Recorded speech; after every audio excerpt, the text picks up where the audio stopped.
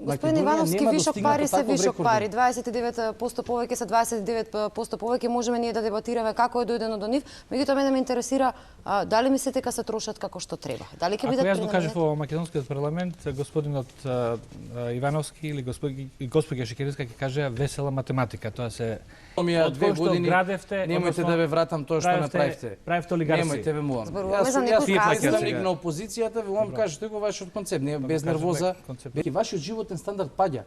Да се остават тие средства на предпријатијата и на граѓаните, тие ќе донесат подобра одлука ниво владата. Зошто тогаш најголемата дебата во собранието околу поделбата на буџетот беше дали ќе има пари за собранието? Се сомневам, го бараме тој податок. Дали ќе поддржите владата доколку го исполнат ветеното да има капитални инвестиции? Ние до сега ја поддржувавме. Некако по искуство, секогаш имало, немало пари, ние се караме.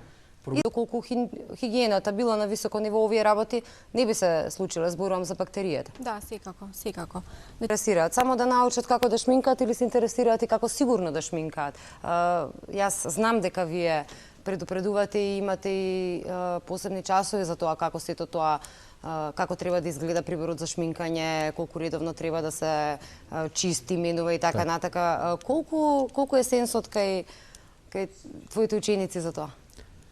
Колку и да го нема, треба да го добија, дефинитивно, затоа што нели нормално кога јас стојам позади сето тоа и едноставно кога они ќе бидат едуцирани дека треба по секоја цена нели да се дезинфицираат и да се користат нели производи кои што се адаптирани специјално за тој тип на лице, конкретно збориме за шминкањето, иако тоа не е моја. Користи козметички препарати, нели на секој од нив пишува со овакви киселини, со онакви киселини, со липозоми, со ова, со она, меѓутоа малкумина од луѓето воопште знаат што е тоа, повеќе е реклама.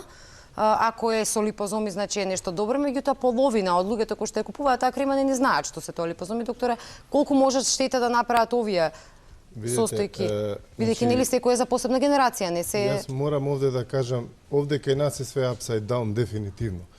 И вие мене ми се вклучи. Дали може помладите секогаш имаат предност? Само Александар, сакаш директен пример да дадеш за тоа? Да се надоврзам на тоа што го зборува представникот од Министерството за образование. За да некој реагира во одредена ситуација, тоа имавме не само доказ. Претходно треба да има представка доставена до некого.